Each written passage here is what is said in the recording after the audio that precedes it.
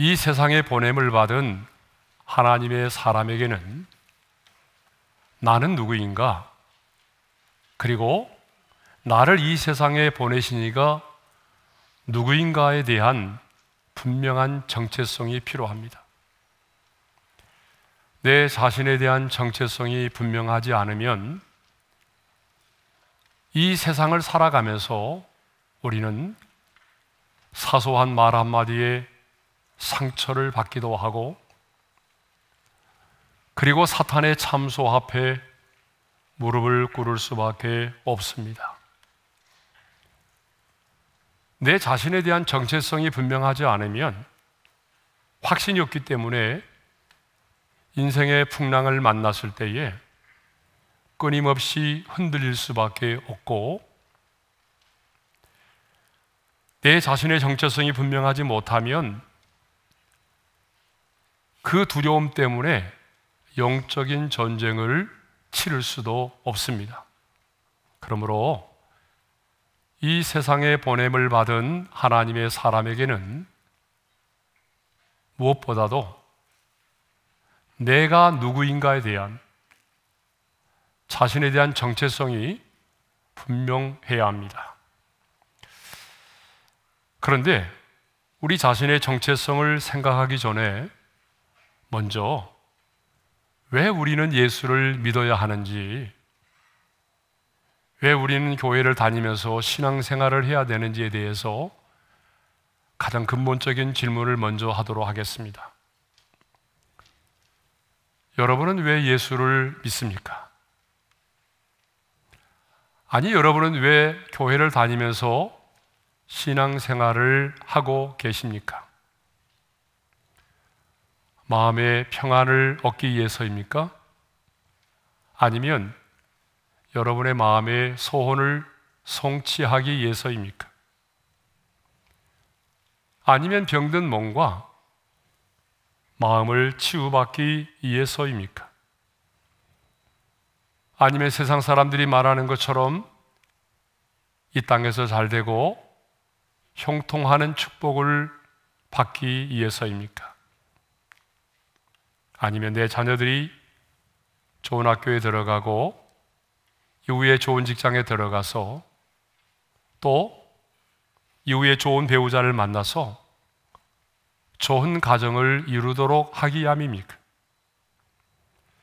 아니면 여러분의 가정이 화목하고 화평해지기 위해서입니까? 아니면 좀 더 도덕적이고 선한 사람이 되기 위해서입니까? 아니면 취미생활 정도로 생각하고 취미생활 한다는 그런 느낌으로, 그런 생각으로 신앙생활을 하고 계십니까? 만일 우리가 이런 목적으로 예수를 믿고 신앙생활을 하고 있다면, 여러분 죄송합니다마는 번지수를 잘못 찾은 것입니다.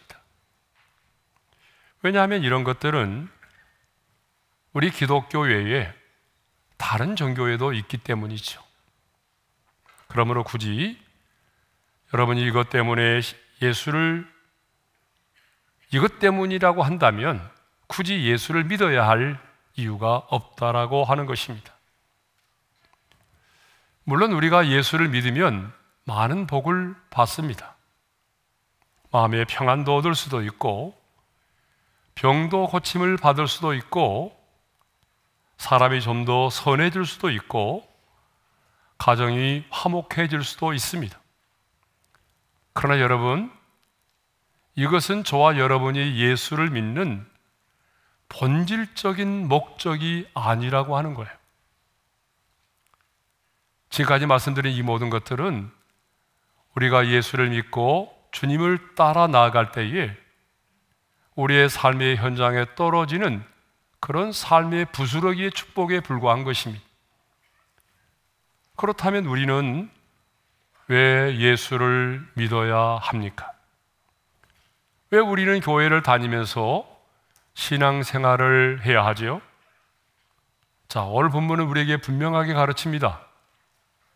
새로운 피조물이 되기 위해서라는 거죠. 자, 우리 본문 고린도후서 5장 17절의 말씀을 함께 읽겠습니다. 다 같이요. 그런즉 누구든지 그리스도 안에 있으면 새로운 피조물이라 이전 것은 지나갔으니 보라 새 것이 되었도다. 자, 우리가 예수를 믿으면 새로운 피조물이 됩니다. 물론 우리가 예수를 믿는다고 해서 갑자기 그 사람의 외모가 바뀐다든지 생활의 환경이 바뀐다든지 그러지 않습니다. 여러분, 예수를 믿어도요, 암에 걸릴 수 있어요. 내가 예수를 믿어도 여러분 사업에 실패할 수도 있고 교통사고를 당할 수도 있습니다. 그러나 중요한 것은 예수를 믿으면 새로운 피조물이 된다는 사실입니다. 그러면 여러분, 새로운 피조물이 된다는 것은 무엇을 의미할까요? 첫째로 새 생명으로 다시 태어나서 새로운 존재가 되는 것을 말합니다. 새로운 피조물이 되었다라고 하는 것은요, 내가 좀 더 나아지고 변화되는 정도를 말하는 것이 아닙니다. 예를 들면 내가 예수를 믿음으로 술과 담배를 끊게 되었다든지, 내가 예수를 믿음으로 과거에는 내가 입만 열면 욕을 달고 살았지만 이제는 욕을 하지 않게 되었다든지, 예전에는 내가 가정에 충실하지 않았는데 이제는 가정에 충실한 사람이 되었다든지, 이런 정도를 말하는 것이 아니라고 하는 거예요. 새로운 피조물이 되었다라고 하는 것은 이전의 모습과는 전혀 다른 새롭게 지음을 받은 새로운 존재가 되었다는 것을 말합니다. 여러분, 새로운 존재가 되었다는 것이 무엇인지를 알려면요, 과거에 이전에 내가 어떤 존재였는지를 알면 새로운 존재가 되었다는 것을 더 분명하게 알 수가 있어요. 그러면 우리는 과거에 어떤 존재였죠? 자, 과거에 우리는, 예수를 믿기 전 우리는요, 허물과 죄로 죽어 있었던 사람들입니다. 에베소 2장 1절의 말씀을 우리 함께 읽겠습니다. 다 같이요. 그는 허물과 죄로 죽었던 너희를 살리셨도다. 죽을 수밖에 없는이 아니라 이미 죽어 있었다는 거예요. 그러면 여기서 죽었다는 것은 뭘 의미하죠? 우리 영을 말합니다. 내 영이 죽어 있었다라고 하는 거예요. 창세기 2장 7절에 보게 되면요, 하나님이 우리 인간을 흙으로 빚으시고 그 코에 생기를 불어넣어서 뭐가 되게 했다고 말씀하셔요? 생명이 되게 하셨다. 살아있는 영이 되게 하셨다라고 말하죠. 자, 그래서 우리 인간은요, 다른 모든 피조물과는 달리 유일하게 살아있는 영을 가진 존재입니다. 살아있는 영을 가진 존재로 하나님이 우리를 지으셨어요. 여러분, 살아있는 영을 가졌다는 말의 의미가 뭐죠? 그것은 영이신 하나님과 내가 교제하고 영이신 하나님과 친밀한 사귐을 가질 수 있는 그런 존재로 지음을 받았다는 것을 의미합니다. 그런데 허물과 죄로 말미암아 우리의 영이 죽어버렸어요. 여러분, 영이 죽었다라고 하는 말은 영이 없어졌다는 것이 아니고요, 영은 있는데 영의 기능이 마비되었다는 거예요.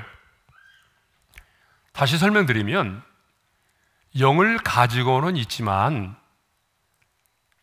그 영이 죽어 있기 때문에 하나님을 알지도 못하고 하나님의 음성을 들을 수도 없고 하나님과 교제할 수가 없는 상태가 되어 버렸다는 거예요.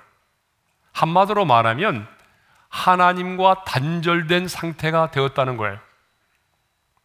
이것을 사도 바울은 뭐라고 말하죠? 허물과 죄로 말미암아 죽었다라고 말하고 있어요. 그런데 하나님은요, 허물과 죄로 죽었던 저와 여러분을 살리시려고 독생자 예수 그리스도를 이 세상 가운데 보내셨습니다. 왜 하나님의 아들이 이 세상에 오셨습니까? 바로 우리에게 영원한 생명, 영생을 주시기 위함이죠. 그래서 우리가 잘 아는 말씀 요한복음 3장 16절에 이런 말씀이 있습니다. 다 같이 읽겠습니다.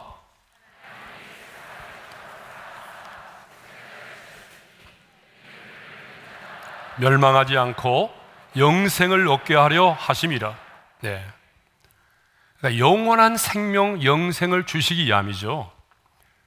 그래서 사도 요한은요, 요한일서 5장 12절에서 이런 말씀을 하고 있습니다. 다 같이요. 아들이 있는 자에게는 생명이 있고 하나님의 아들이 없는 자에게는 생명이 없느니라. 여러분, 무슨 말입니까? 여기서 아들은 누구를 말하죠? 하나님의 아들 예수 그리스도를 말하죠. 그러니까 하나님의 아들 예수 그리스도가 그 마음속에 있는 자에게는 생명이 있고, 하나님의 아들 예수 그리스도가 마음속에 없는 사람은 생명이 없다는 거예요. 그러니까 이 세상에는요, 예수 그리스도의 생명이 있는 사람과 분명히 살아있지만, 부모님으로부터 생명을 물려받아서 살아있지만 예수 그리스도가 그 마음에 없어서 생명이 없는 사람들이 있다는 거예요. 이 세상에는 예수 그리스도의 생명이 있는 사람과 예수 그리스도의 생명이 없는 사람들이 함께 살아가고 있습니다. 그러면 예수님 안에 있는 생명은 무슨 생명이죠?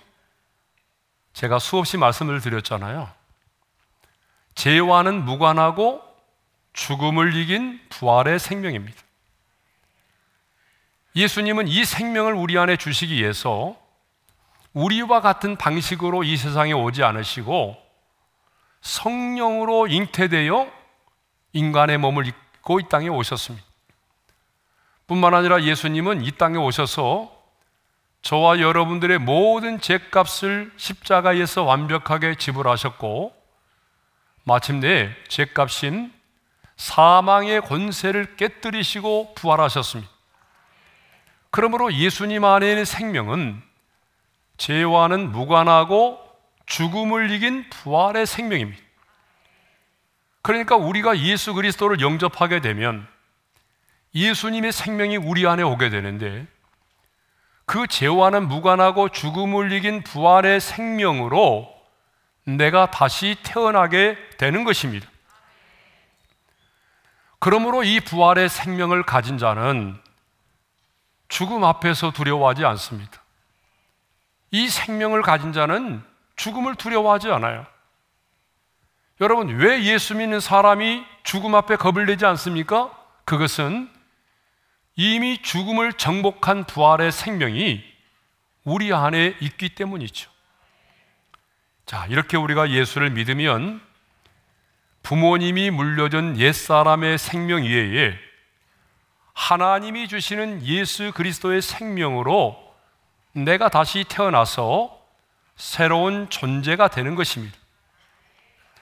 이것이 바로 새로운 피조물이 되는 것입니다.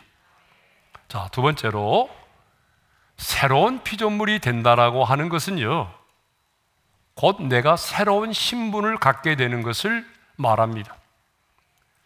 우리가 예수님 안에 있는 생명으로 새롭게 태어나는 순간에 우리의 신분이 새롭게 바뀝니다. 여러분, 우리가 예수를 믿으면요, 반드시 일어나는 두 가지 변화가 있습니다. 첫째는 신분의 변화예요. 또 하나는 우리의 상태의 변화입니다. 여러분, 이 상태의 변화는 사람마다 다 달라요. 어떤 사람은 참 예수를 믿은 지가 오래됐는데 어쩌면 저렇게 변하지 않을까 라고 말할 정도로 진짜 별로 변하지 않은 사람이 있어요. 이때 옆 사람 쳐다보면 큰일 납니다. 어쩌면 저렇게 변하지 않을까 라고 생각되는 사람이 있어요. 그런데 반면에 우리들 주변에 보게 되면 예수를 믿은 지는 얼마 안 됐는데 어쩌면 이렇게 변할 수 있을까 라고 말할 만큼 그렇게 변화된 사람이 있어요. 상태의 변화는 사람마다 다릅니다. 이렇게 상태의 변화는 다를지라도 분명한 것은 내가 예수를 믿고 예수님을 영접하게 되면 새로운 피조물이 되는 순간에 새로운 신분을 갖게 된다는 거죠. 자, 그러면 우리가 예수를 믿기 이전에는 우리가 어떤 사람이었나요? 예수 믿기 전에는 이 세상의 풍조를 따르고 공중 권세 잡은 자를 따라다녔던 사람이에요.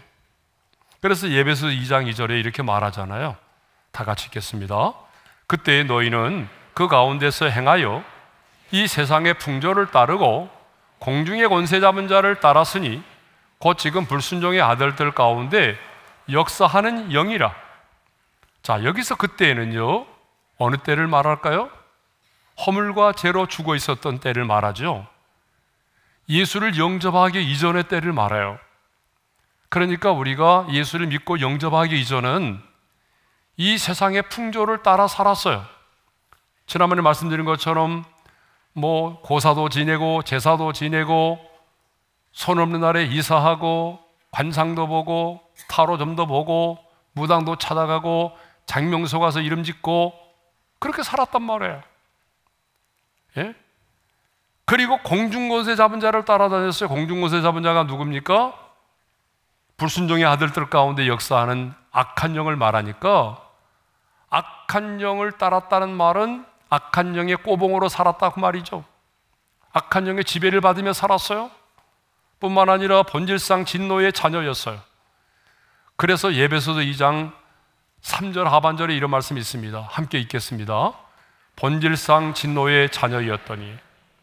여러분, 본질상 하나님의 진노의 자녀라는 말은 어떤 방법으로든지 하나님의 진노와 하나님의 심판을 피할 수 없는 자녀였다는 거예요.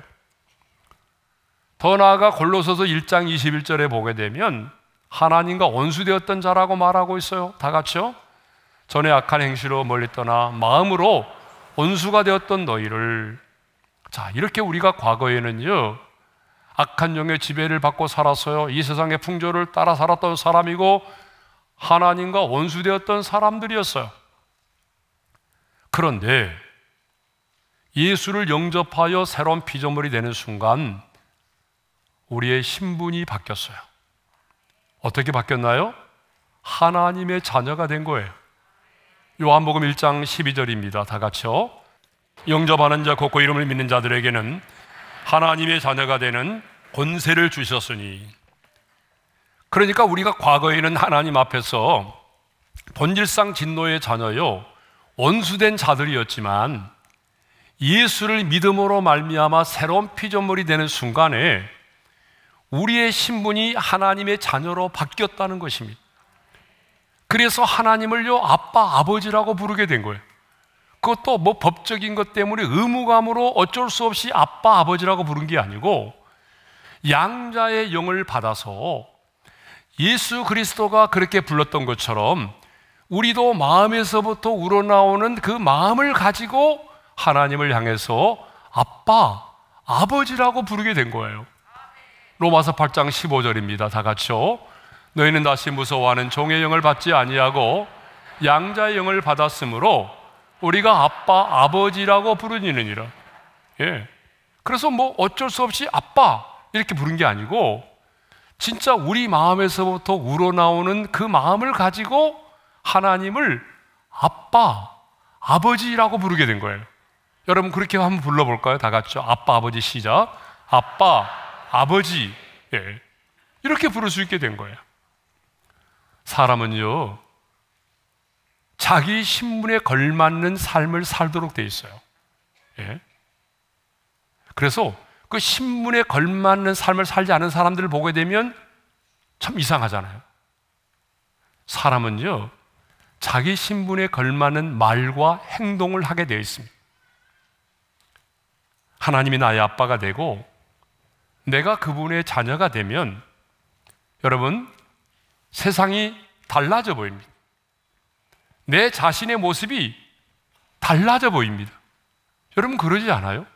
여러분 예수 믿고 새로운 피조물이 되고 하나님의 자녀라고 하는 신분을 갖게 되었는데도 불구하고 여전히 세상이 그 모습으로 보이고 여전히 내 모습이 초라하게 보인다면 그건 심각한 거죠. 여러분, 하나님의 자녀가 되면 세상이 달라져 보이고 내 자신이 달라져 보입니다. 그래서 우리는 필요할 때마다 하늘 아버지께 도움을 구하고 아버지의 도움을 받으며 살아갑니다. 이렇게 예수를 믿음으로 새로운 피조물이 되게 되면 하나님이 나의 아빠가 되고 나는 하나님의 자녀가 되는 신분을 갖게 되는 것입니다. 자, 새로운 피조물이 되었다라고 하는 것 세 번째는요, 새로운 비전과 새로운 사명을 갖게 되었음을 말합니다. 이렇게 우리가 예수님의 생명으로 다시 새롭게 태어나게 되고 하나님의 자녀가 되는 새로운 신분을 갖게 되면 여러분 거기서 끝나는 것이 아닙니다. 모든 것이 새로워집니다. 그래서 새로운 비전을 갖게 되고 새로운 사명을 갖게 되고 새로운 방향을 잡게 되고 새로운 가치관을 가지고 살아가게 되어 있습니다. 그래서 새로운 피조물에 걸맞는 삶을 살게 되어 있어요. 그래서 사도 바울도요, 그 다메섹 도상에서 부활하신 주님을 만났을 때에 가장 먼저 이렇게 물었잖아요. 내가 주님 무엇을 하리까? 왜요? 과거에는 십자가의 원수로 예수를 핍박하는 사람이었지만 주님을 만나고 나니까 새로운 사명을 갖게 된 거잖아요. 그럼 내가 무엇을 하리까라고 물었던 거죠. 그러면요, 새로운 비전과 사명을 가지고 살아가기 위해서 저와 여러분이 해야 될 일이 하나 있어요. 그게 뭔지 아십니까? 그것은 과거에 매이지 않는 삶을 살아가는 것입니다. 17절 하반절입니다. 다 같이요. 이전 것은 지나갔으니 보라 새 것이 되었도다. 한번 따라서 합시다. 이전 것은 지나갔으니. 여러분, 이전 것은 지나갔다는 거예요. 여기서 이전 것은요, 뭘 말하죠? 우리가 예수 그리스도를 육체로 알았던 때, 예수님이 어떤 분이신가를 내가 알지 못했던 때, 예수님이 나의 구주 되심을 내가 알지 못했을 때, 예수님을 인격적으로 만나지 못했을 때의 나의 모든 과거를 말하죠. 그러니까 여러분, 예수를 믿기 전에 내가 살아왔던 삶을 돌이켜보면 지우개로 지워버릴 수만 있다면 지워버리고 싶은 마음이 들 때가 얼마나 많아요. 자, 예를 들면 예수님과 교회에 대해서 가지고 있었던 잘못된 지식과 편견과 선입견이 있었잖아요. 여러분이 거듭나기 전에는 교회 다니는 사람들 우습게 봤죠? 여러분 그러잖아요. 마음이 약한 사람이라 예수 믿는다고 생각했잖아요. 예? 우리가 이렇게 예수님과 교회에 대해서 가지고 있었던 잘못된 지식과 선입견과 편견이 있었어요. 끊어버리지 못한 제약의 습관들이 있었고 사탄의 참소와 죄책감과 사람들로 받았던 수많은 아픔과 상처들이 있었고 부모로부터 사랑받지 못했던 어두운 자아상도 가지고 있었고 열등의식과 낮은 자존감도 가지고 있었습니다. 그러니까 이전 것은 한마디로 말하면 내 영혼을 강팍하게 만들고 나의 영혼을 묶고 있는 과거의 모든 것들을 말합니다. 그런데 오늘 너무나 많은 사람들이요, 과거의 아픔과 상처에 매여 있다는 거예요. 너무나 많은 사람들이 과거의 실패와 넘어짐에 묶여 있다는 것입니다. 너무나 많은 사람들이 사탄의 참소에 고통을 당하고 있고 그 죄책감에 시달리고 있습니다. 그런데 오늘 부활하신 주님께서 우리에게 말씀하십니다. 이전 것은 지나갔으니, 이전 것은 지나갔노라고 말씀하십니다. 지나갈 것이다가 아니라 이미 지나가 버렸다라고 말씀합니다. 나를 묶고 있는 이 모든 아픔들, 나를 묶고 있었던 지난날의 상처와 그 죄와 죄책감이 이미 지나가 버렸다라고 말씀하고 있습니다. 얼마나 멋지고 위대한 선언입니까? 여러분, 여기서 지나갔으니라고 하는 말이요, 헬라의 원문을 보게 되면 부정 과거형으로 되어 있어요. 무슨 말이냐면 이미 지나가 버렸으므로 다시는 반복되지 않는다는 것입니다. 그러므로 여러분, 더 이상 과거에 매이지 말라는 것입니다. 과거는 지나갔다는 것이에요. 과거의 아픔, 과거의 상처, 과거의 실패, 과거의 넘어짐, 과거의 죄로 말미암는 사탄의 참소에 더 이상 매임을 당하지 말라는 것입니다. 여러분, 사탄은 언제나 과거지향적입니다. 그래서 오늘도 그리스도 안에서 이미 사라지고 지나가버린 이전의 것들을 가지고 우리를 공격해요. 지난날의 실패와 넘어짐을 가지고 끊임없이 우리를 참소합니다.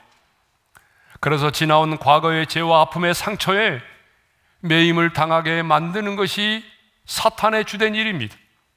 그러나 우리 하나님은 언제나 미래지향적입니다. 여러분, 사탄은 과거지향적입니다.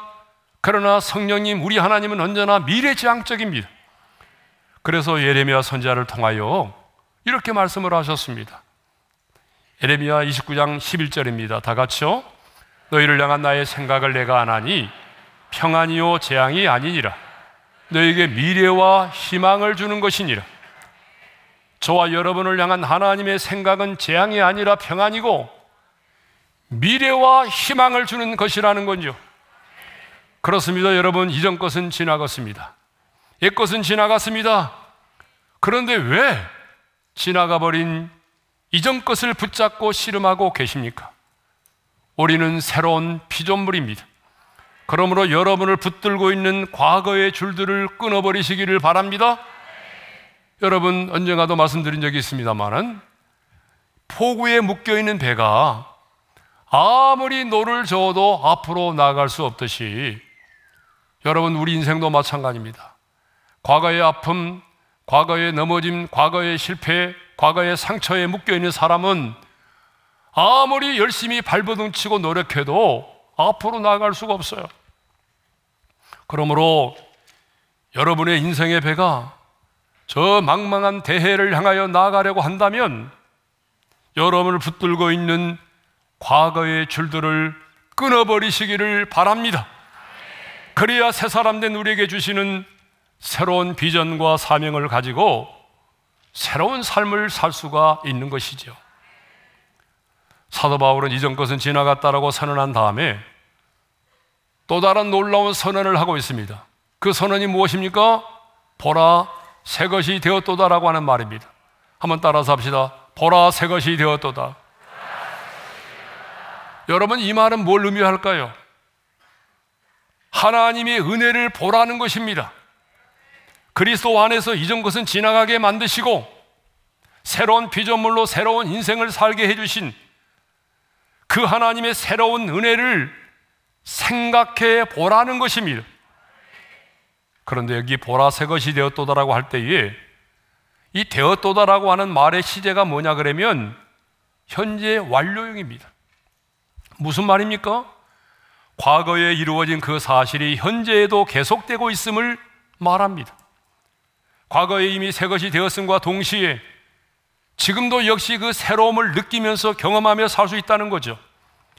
여러분, 새로운 피조물이 경험하는 새로움은 시간이 지나도 희미해지거나 사라지는 것이 결코 아닙니다.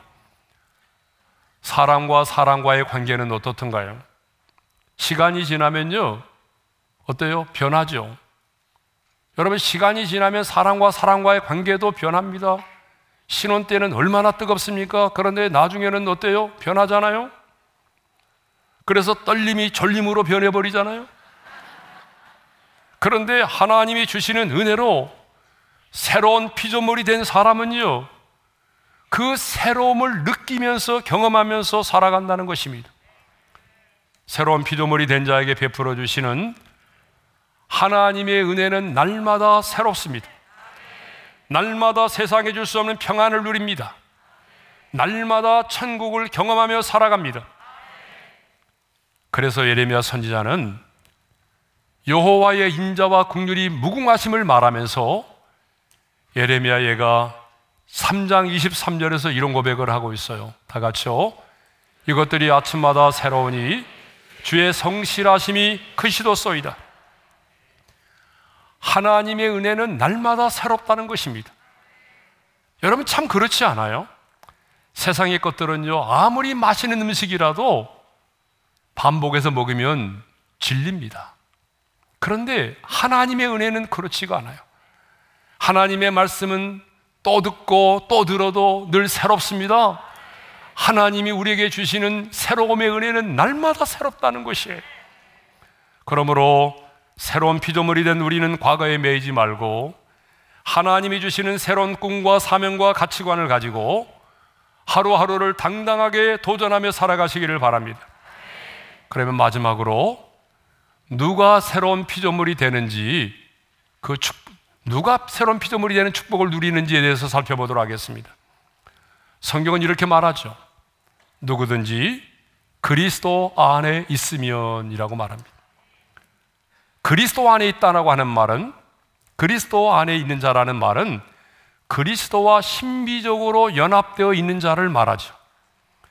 그러면 언제 우리가 그리스도와 신비적인 연합이 이루어집니까? 그것은 한마디로 내가 예수 그리스도를 믿고 영접할 때입니다. 내가 예수를 믿고 영접할 때 주님이 내 안에, 내가 주님 안에 거하는 정말 신비한 연합이 이루어지는 거죠. 그래서 예수님은 요한계시록 3장 20절에서 이런 말씀을 하셨어요. 다 같이요. 누구든지 내 음성을 듣고 문을 열면 내가 그에게로 들어가 그와 더불어 먹고 그는 나와 더불어 먹으리라. 그러니까 우리가 예수를 믿고 영접하게 되면 주님이 우리 안에 들어오고 우리가 주님 안에 거하는 신비적인 연합이 이루어지고, 그 신비적인 연합이 이루어진 자는 새로운 피조물이 된다라고 하는 것입니다. 그런데 예수 그리스도 안에 거하는 일은요, 아무런 조건이 없다는 거예요. 누구든지 그리스도 안에 있으면 새로운 피조물이라. 강조되는 게 뭐예요? 누구든지입니다. 예? 누구든지 새로운 피조물이 될 수 있습니다. 누구든지 예수를 믿기만 하면 새로운 피조물이 된다는 것입니다. 아무런 조건이 없습니다. 성경을 보십시오. 누가 예수를 믿고 천국의 백성이 되었습니까? 세리와 창기들입니다. 아무리 더럽혀지고 망가진 사람도 예수를 믿으면 새로운 피조물이 될 수 있습니다. 여러분, 예수님이 사랑하지 못할 만큼 더럽혀진 죄 있는 이 세상에 없습니다. 예수님이 사랑하지 못할 만큼 망가진 사람도 이 세상에는 없습니다. 아무리 가진 것이 없어도, 아무리 배우지 못했어도, 인생을 살아오면서 수없이 많은 실패를 거듭했어도, 수없이 많은 배신을 당하였어도, 아니 수많은 상처를 가졌을지라도 오늘 예수 그리스도를 믿기만 하면 새로운 피조물이 된다는 것입니다. 그런데 여러분, 여러분의 가족 가운데, 여러분의 주변의 친척과 이웃 동료들 가운데 아직도 그리스도 밖에 있는 사람들이 많다는 것입니다. 저와 여러분도 예수 믿기 전에는 그리스도 밖에 있는 사람이었어요. 근데 여러분의 자녀들은 아직도 그리스도 안에 있습니까? 아니면 그리스도 밖에 있는 자입니까?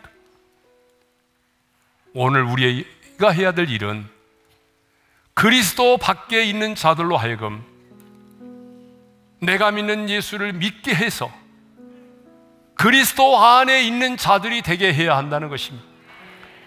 누구든지 예수를 믿고 영접하면 그리스도 안에 거하는 자들이 되는 것이고 새로운 피조물이 되는 것입니다. 나는 누구인가?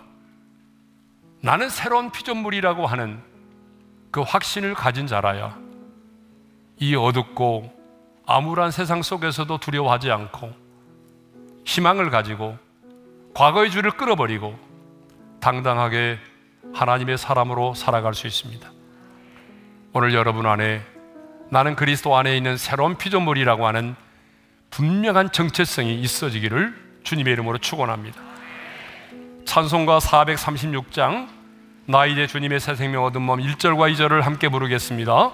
나 이제 주님의 새 생명 얻은 몸 옛 것은 지나고 새 사람이로다. 그 생명 내 맘에 강같이 흐르고 그 사랑 내게서 배같이 빛난다. 영생을 누리며 주 안에 살리라. 오늘도 내일도 주 함께 살리라. 주 안에 감추인 새 생명 얻으니 이전에 줬던 것 이제는 값없다. 하늘의 은혜와 평화를 맛보니 찬송과 기도로 주 함께 살리라. 영생을 노리며 주 안에 살리라. 오늘도 내일도 주 함께 살리라. 자, 우리 눈을 감고 주신 말씀 마음에 새기면서 기도하겠습니다. 여러분, 우리는 예수를 믿고 영접함으로 그리스도 안에서 새로운 피조물이 되었습니다. 예수의 생명으로 다시 태어나서 새로운 존재가 되었습니다. 하나님의 자녀라고 하는 새로운 신분을 갖게 되었습니다. 새로운 비전과 새로운 사명과 새로운 가치관을 가지고 살게 되었습니다. 그런데 여러분, 새로운 비전과 새로운 사명을 가지고 살아가려면 이제는 우리가 과거의 매임을 당해서는 안 된다는 것이죠. 이전 것은 지나갔으니 보라 새 것이 되었도다. 여러분, 이전에 그 모든 아픔과 상처와 실패와 넘어짐 다 지나갔다는 것입니다. 과거의 매임을 당하지 말라는 거예요. 사탄은 과거지향적입니다. 그래서 여러분의 과거의 것들을 가지고 여러분을 묶어두려고 합니다. 그러나 우리 하나님은 미래지향적입니다. 그래서 말씀하십니다. 이전 일을 기억하지 말라. 이전 것은 지나갔다. 옛날 옛적의 일을 기억하지 말라는 것입니다. 과거의 매임을 당하지 말라는 것입니다. 하나님, 이제 과거의 줄들을 끊어버리겠습니다. 나를 묶고 있는 과거의 아픔과 상처와 실패와 넘어짐에 더 이상 내가 매임을 당하지 않겠습니다. 날마다 새롭게 하시는 하나님의 은혜를 경험하면서 살아가겠습니다. 나는 주 안에 있지만 내 사랑하는 자녀들은 그리스도 밖에 있습니다. 그리스도 밖에 있는 내 남편과 내 가족들, 내 주변의 사람들을 내가 복음을 전하여 그리스도 안에 사람이 되게 하겠습니다. 이 사명을 감당하는 한 주간이 되게 하여 주옵소서. 주여 한번 부르고 합심으로 기도합니다. 주여! 할렐루야. 우리 아버지 하나님 감사합니다. 그리스도 안에서 새로운 피조물이 되게 하여 주셨사오니 감사합니다. 하나님이여, 예수의 생명으로 다시 태어났어. 하나님이여, 정말로 이제는 새로운 존재가 되게 해주시고 하나님의 자녀라고 하는 새로운 신분을 갖게 해주시고 새로운 비전과 새로운 사명을 갖게 해주시니 감사합니다. 이제 내가 새로운 비전과 새로운 가치관을 가지고 새로운 사명을 가지고 살아가기를 원하오니 하나님이여, 나를 묶고 있는 과거의 줄들을 끊어버리게 도와주십시오. 과거의 아픔과 과거의 넘어짐과 과거의 상처와 과거의 실패와 과거에서 그 사탄의 참소의 매임을 당하지 않도록 도와주십시오. 이전 것은 지나갔습니다. 이전 일을 기억하지 말라고 말씀하신 주님, 이제 우리가 과거의 매임을 당하지 않도록 도와주십시오. 과거의 줄들을 끊어버리게 도와주시고 이제는 우리가 믿음으로 새롭게 도전하며 나가기를 원합니다. 이번 한 주간도 우리에게 베풀어 주시는 새로운 하나님의 은혜를 보게 하시고 새로운 하나님의 은혜를 경험하며 살아가게 도와주시옵소서. 자비로우신 아버지 하나님, 나는 그리스도 안에 있지만 그리스도 밖에 있는 자들이 너무나 많습니다. 그리스도 밖에 있는데 살아가는 자녀들, 그리스도 밖에 있는 나의 부모, 그리스도 밖에 있는 내 주변의 많은 사람들을 방관하지 않도록 도와주시고 내가 그들을 위하여 기도하고 그들에게 주의 복음을 전하여 그들도 나와 함께 그리스도 안에 있는 자들이 되게 하여 주십시오. 하나님 아버지 감사합니다. 그리스도 안에서 새로운 피조물이 되게 하여 주셨사오니 감사합니다. 예수의 생명으로 다시 태어나서 새로운 존재가 되게 하여 주신 것을 감사합니다. 하나님과 원수된 자였고 본질상 진노의 자녀였던 우리들에게 은혜를 베풀어 주셔서 새로운 피조물이 되는 순간 하나님의 자녀가 되는 새로운 신분을 갖게 하여 주신 것을 감사합니다. 새로운 비전과 새로운 사명을 우리에게 주셨사오니 감사합니다. 하지만 우리가 아직도 과거에 매여 있는 사람들이 너무나 많습니다. 과거의 아픔, 과거의 넘어짐, 과거의 상처, 그 과거의 사탄의 참소 앞에 무릎을 꿇고 과거에 매여 있는 사람들이 너무나 많이 있습니다. 성령님 이 시간 강력하게 역사해 주셔서 오늘 믿음으로 과거의 줄들을 끊어버리게 도와주시고 더 이상 과거의 매임을 당하는 사람이 한 사람도 없게 하여 주옵소서. 이제는 과거의 매임을 당하는 것이 아니라 이번 한 주간 동안도 새롭게 하시는 하나님의 은혜를 새롭게 경험하게 도와주시고 나는 그리스도 안에 있지만 그리스도 밖에 있는 자들을 생각하며 그들을 위하여 기도하고 그들에게 주의 복음 전하여 그들도 나와 함께 그리스도 안에 있는 자들이 되기를 간절히 소망합니다. 이제는 우리 주 예수 그리스도의 은혜와 하나님 아버지의 영원한 그 사랑하심과 성령님의 감동, 감화, 교통, 인도하심이 그리스도 안에서 새로운 피조물이 된 사람으로서 이제 새로운 사명과 새로운 가치관을 가지고 살기를 원하는 모든 성도들 위해 이제로부터 영원토록 함께 하시기를 축원하옵나이다. 아멘.